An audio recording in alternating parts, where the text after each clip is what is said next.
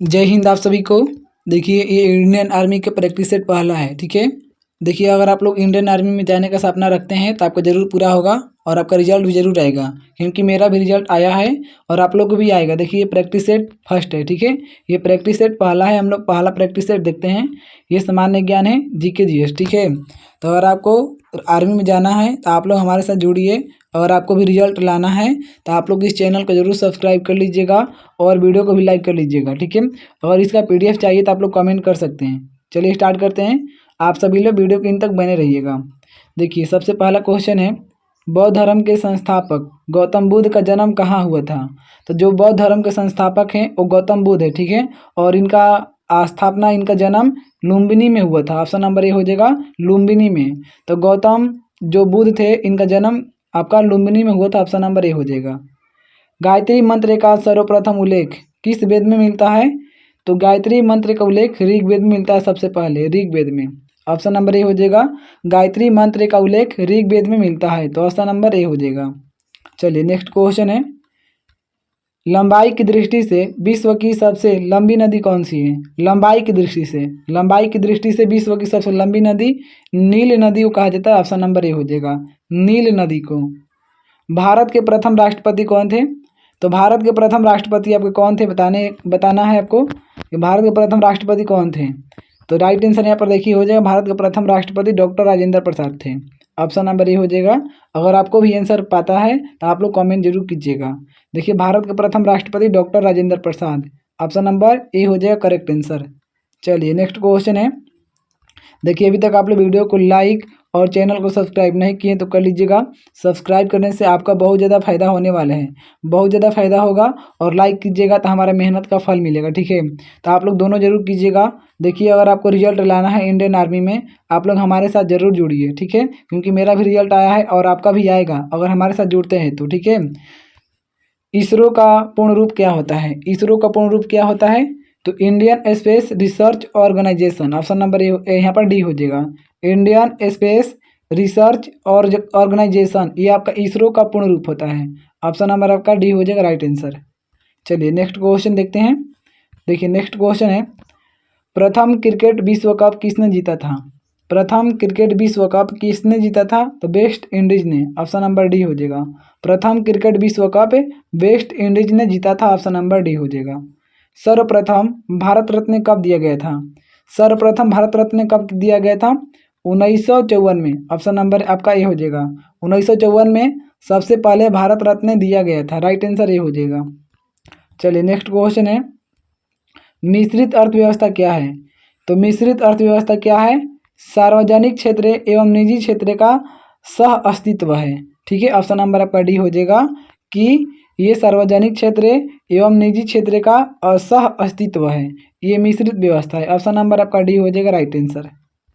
Next question है, army में lieutenant का पद नेवी में निम्नलिखित किस रैंक के समक्ष होता है। यानी आर्मी में जो लेफ्टिनेंट का पद होता है वो नेवी में किस पद के लिए होता है। तो नेवी में सब लेफ्टिनेंट होता है। ऑप्शन नंबर आपका बी हो जाएगा, सब लेफ्टिनेंट, ठीक है। ऑप्शन नंबर आपका बी हो जाएगा। विटामिन की खोज किसने की थी। विटामिन की खोज किसने की थी। तो फंक ने। ऑप्शन नंबर आपका ये हो जाएगा। देखिए यहाँ पर फंक लिखा हुआ, कहीं कहीं फंक भी लिखता है, फंक, ठीक है, फंक। तो विटामिन की खोज फंक या फंक ने किया था। ऑप्शन नंबर ए हो जाएगा राइट आंसर। चलिए नेक्स्ट क्वेश्चन देखते हैं। आप लोग वीडियो को लाइक और चैनल को जरूर सब्सक्राइब कर लीजिएगा दोस्त, ये चैनल को मिस मत कीजिएगा, ठीक है, क्योंकि आपको आर्मी में ज्वाइन होना है, आर्मी में आपका नौकरी लेना है, ठीक है। गुरुदेव के नाम से कौन प्रसिद्ध है। तो रविंद्रनाथ टैगोर। ऑप्शन नंबर आपका ये हो जाएगा, रविंद्रनाथ टैगोर गुरुदेव के नाम से प्रसिद्ध हैं।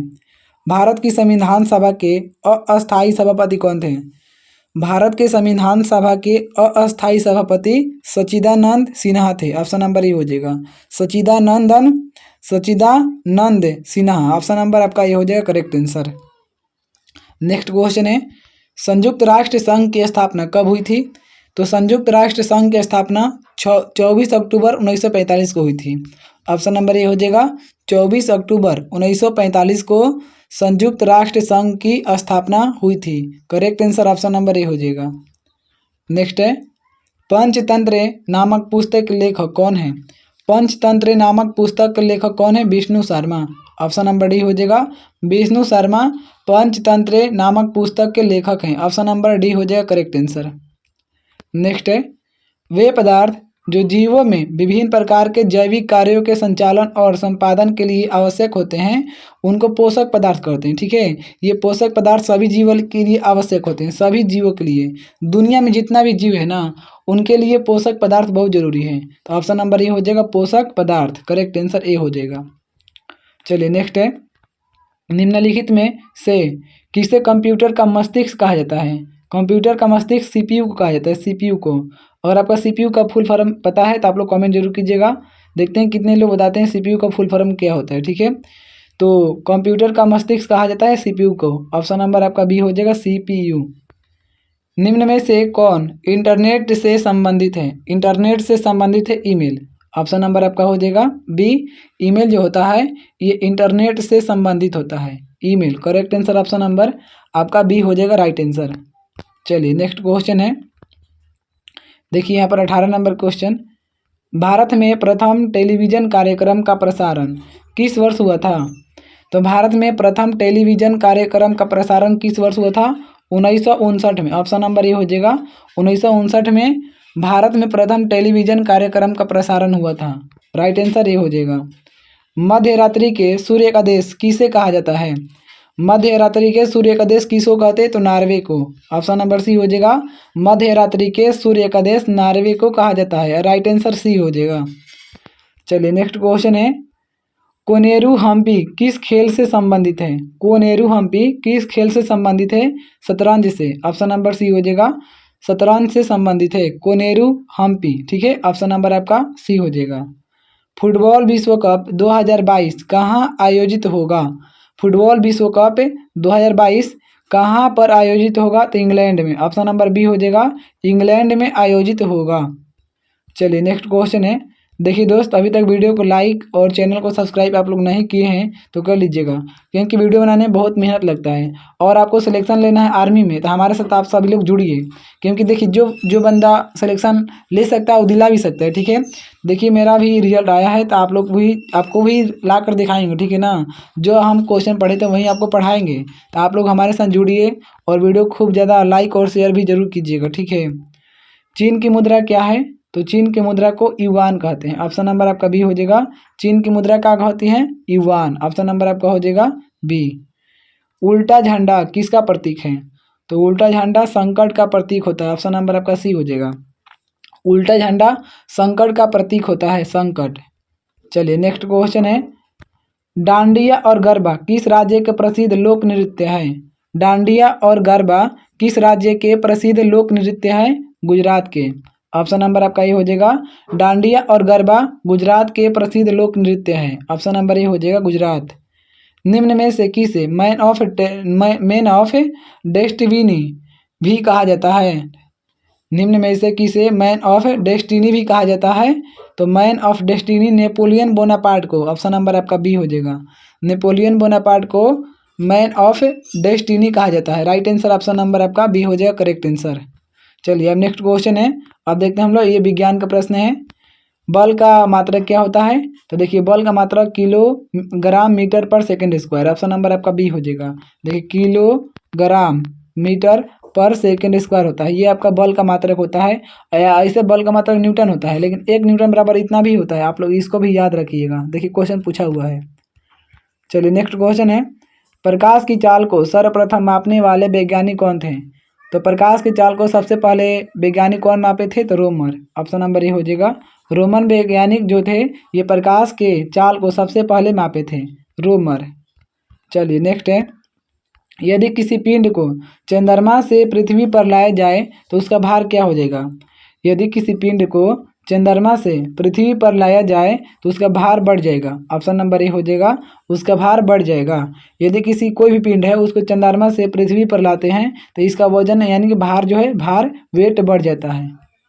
चलिए नेक्स्ट है, ऊष्मा विकिरणों की गति होती है।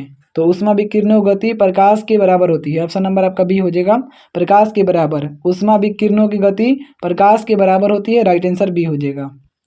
चलिए नेक्स्ट क्वेश्चन देखते हैं। नेक्स्ट क्वेश्चन देखिए दिया है, कैमरे में किस प्रकार का लेंस उपयोग किया जाता है? तो कैमरे में किस प्रकार के लेंस का उपयोग लिया जाता है? तो उत्तल, ऑप्शन नंबर आपका हो जाएगा ए, उत्तल लेंस का प्रयोग होता है कैमरा में, उत्तल लेंस। ठीक है, चलिए नेक्स्ट है, देखिए आप लोग इस सब वीडियो को कम से कम 3 से 4 बार रिवीजन भी जरूर कीजिएगा, रिपीट भी जरूर कीजिएगा। ठीक है, रिपीट कीजिएगा तो आपका ही फायदा होगा। निम्नलिखित में से कौन सा कण अस्थायी है? कौन सा कण अस्थायी है? देखिए यहाँ में से मतलब कौन सा कण अस्थायी है? इलेक्ट्रॉन, प्रोटॉन, न्यूट्रॉन, तो ये सभी के सभी अस्थायी कण हैं। ऑप्शन नंबर आपका डी हो जाएगा। ये सब के सब अस्थायी कण है, तो राइट आंसर आपका हो जाएगा ऑप्शन नंबर डी। चलिए नेक्स्ट है, द्रवित पेट्रोलियम गैस एलपीजी के प्रमुख घटक कौन से हैं? तो एलपीजी का प्रमुख घटक होता है ब्यूटेन और प्रोपेन। ऑप्शन नंबर आपका डी हो जाएगा। ब्यूटेन और प्रोपेन ये एलपीजी का प्रमुख घटक होता है। आप लोग ब्यूटेन और प्रोपेन का जरूर फार्मूला लिखकर कमेंट में जरूर लिखिएगा। ठीक है, देखते हैं कितने लोग बताते हैं ब्यूटेन और प्रोपेन का फार्मूला, किसको किसको याद है सूत्र। ठीक है, चुंबकीय क्षेत्र की माप की इकाई क्या है? तो चुंबकीय क्षेत्र की माप की इकाई टेस्ला होता है। ऑप्शन नंबर ए हो जाएगा। चुंबकीय क्षेत्र की माप की इकाई टेस्ला होता है। ऑप्शन नंबर ए हो जाएगा करेक्ट आंसर। चलिए नेक्स्ट क्वेश्चन देखते हैं। देखिए निम्नलिखित प्रक्रिया में से किसके द्वारा धातुएं गर्म होती है? तो देखिए चालन के द्वारा, चालन के द्वारा धातु गर्म होती है। ऑप्शन नंबर ए हो जाएगा। चालन के द्वारा धातु गर्म होती है। नेक्स्ट है, सूर्य के सबसे नज़दीक कौन सा ग्रह है? तो बुध। ऑप्शन नंबर ए हो जाएगा।